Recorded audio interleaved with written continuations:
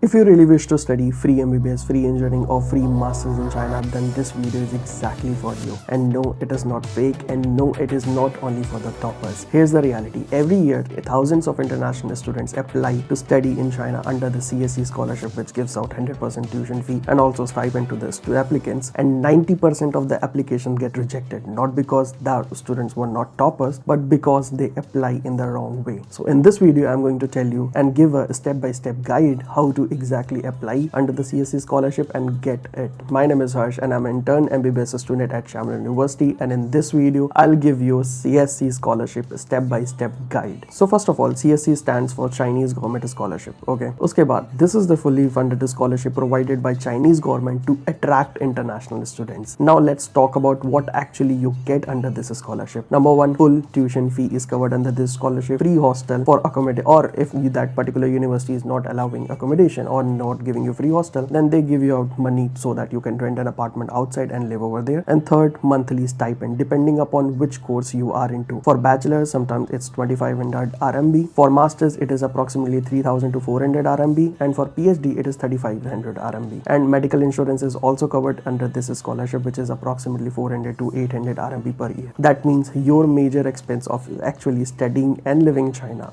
get covered through this scholarship. Now let us understand different types of CSC scholarship. There are three different types of CSC scholarship. Number one, type A, embassy track. You apply through your country's Chinese embassy. Isme there are limited seats, there's high competition, and also this is best for the students who have like very strong academic backgrounds and also some connections. Now coming to the type 2, which is university track. This one is the most important, and this one is like comparatively easier to get out of all three. Type B is university track, and this is like, in this you directly apply to the Chinese university. This one is more flexible, higher chances of selection, and 3, direct university communication. And type C, this is for special program. These are basically for exchange program or joint university collaborations. This is not like relevant for most general applicants or MBBS students. If you ask for my advice, which CSC scholarship you should choose, then the second one, type B, which is university track. This is the most easiest, and the chances of you actually getting a scholarship are higher in this one. What are the eligibility criteria for you to actually get that scholarship? Let's be clear. For MBBS or for any bachelor's program or undergrad program, usually your age should be under like 25 years, but there are universities that accept up to like 30 years or maybe 35 years also. 12th must be completed with PCB if you are applying for your medical background courses like BSc nursing and something like that. And like accordingly, if you are applying into engineering, then you do need mathematics for it, and minimum 60 to 70%. Like for most of the universities, if you have like in your 12th board examination, 10th or 12th, you have more than 60%, you are good to go. But some universities might demand even more than 70 or 75%, and some universities might take students with 50% also. So it really varies from university to university. For masters, your age must be under 35, or you must have a bachelor's degree and also a good academic record. For PhD, your age must be under 40, you must have a master's degree, and there are a few general requirements as well, like you must be non-Chinese citizen, medically fit, no criminal record, and also English proficiency. Let me be clear about one more thing, that IELTS might not be required for every single person or into every single universities. Many universities accept like अगर आपके 10+2 में आपने English से अपना complete किया था, तो the many universities might accept that as well, and you won't be required to submit any IELTS certification. Here's the reality checkpoint. If you're applying for bachelor's and you have more than like 60 to 70% in your 10+2, you're good to go. Now coming to the section 4, what are the exactly documents required while applying for CSC scholarship? Number one, you need passport, and it must be valid for at least 1 to 2 more years. There is expiry date on the passport, so it must be at least like 1 or 2 years. It must be valid for 1 to 2 years. Number 2, your academic certificates, which are like your 10th and 12th if you're applying for bachelor's, and if you're applying for masters, then your bachelor's degree, and along with that, if you're applying for PhD, then you need your master's degree, and these must be notarized. There are few universities ask for you to get them notarized. This actually varies from university to university. Sometimes applying into Chinese universities is very confusing, because one university might require a set of documents in a certain way, and the other university might require for the same course, other university might require same documents in a very different way. So this actually varies from like university to university. Number 3 is your transcript. That means your scorecard, whatever you got in your like 10+2 or your bachelor's. This is also required. Number 4, study plan. This is the most important part. This will exactly decide your selection, and especially if you're applying for any master's program in China. This must include why you want to study in China, why you wish to pursue this particular course, and what are your future goals, and also why this particular university. You have to be very clear about them. Here's a pro tip: avoid copy pasting from any of the AI generated apps. Number 5, recommendation letter. This might be also not required for bachelor programs in most of the universities, but you will need it if you're applying for any master's program. Number 6, there is a foreigner health form. You need to get it filled and you must be in like perfectly healthy state to come to China. Number 7, you might need police clearance certificate from your local police station as well. Number 8, English proficiency for like bachelors and specifically coming to like MBBS. So uske andar you don't really need to submit any kind of English proficiency certificate because 10+2 may we already study our entire course in English, so that is not required. In many universities for masters it might be required. It also varies from university to university. Here's the golden rule: documents are not just formality, they showcase your profile. So while making your document, while like collecting your document, compiling up your document, you must be really careful. Coming to the section number 5, and this is going to be the most important section because in this section I'll tell you how you can really get accepted. Number 1, apply early. This thing nobody tells you about, and in most of the cases like students apply late and then their applications are rejected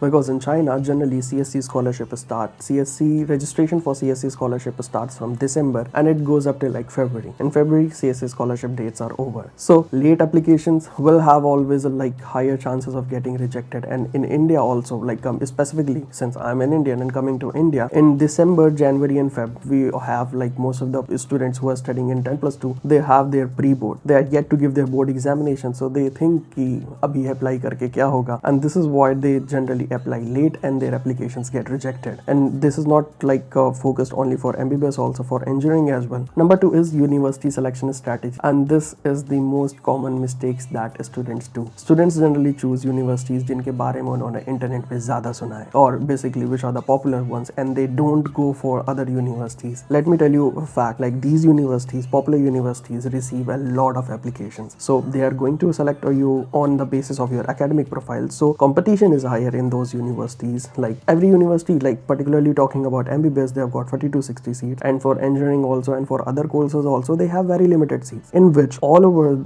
students are applying from all over the world. So if competition is higher, then your chances of getting rejected in those universities is higher. Whereas if you also select like some top or some popular universities, some mid-level universities, then your chances of getting accepted are higher, since you might not have that much competition in those universities. I would really suggest applying into the mix of the universities. Like you can select 1 to 2 popular universities, then 1 to 2 like mid-level universities which are not that popular, so this will actually increase your chances of getting a scholarship. Point number 3, this is mainly for the students who are applying for masters. If you really want to get selected, try finding out the email of the professors and try emailing them so that they know you already when college sees your application, and you can send them your CV, your study plan, your short email. Number 4, write a very strong study plan, and it must include why you wish to study in China, why this particular university, what are your future goals, and it must be crystal clear. Number 5, apply into multiple universities, not just one.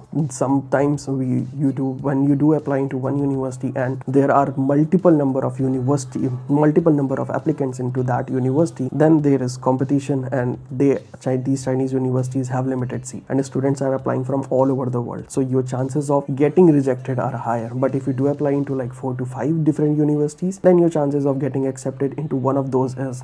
And let me tell you one more truth: CSC is not just pure luck, it is a game of strategy, how you actually apply. Now I'm going to tell you the most common mistakes that students generally make. Number 1, what they do is copy paste the SOP or study plan for every single university. Number 2, they apply late. Number 3, they don't apply with all the documents. Some of their documents are missing. Number 4, wrong university choices. And number 5, no research. Even small mistakes when you are applying for CSC might result in rejection of your application. Now coming to the final section on also few reality checks. If you're thinking that I'm not a topper, I shouldn't be applying, can I get CSC? Yes, you can still get CSC scholarship and you can study for free in China. It really depends. What really matters is your application quality, your strategy, your university selection, not just your marks. So thousands and thousands of students with average backgrounds apply into China under the CSC scholarship and still get selected. Concluding this video, coming to the end, if you really like this video, you can hit the like and subscribe button, and if you really need further guidance, you can contact me and I can send you the details of these exact documents required and other requirements also. just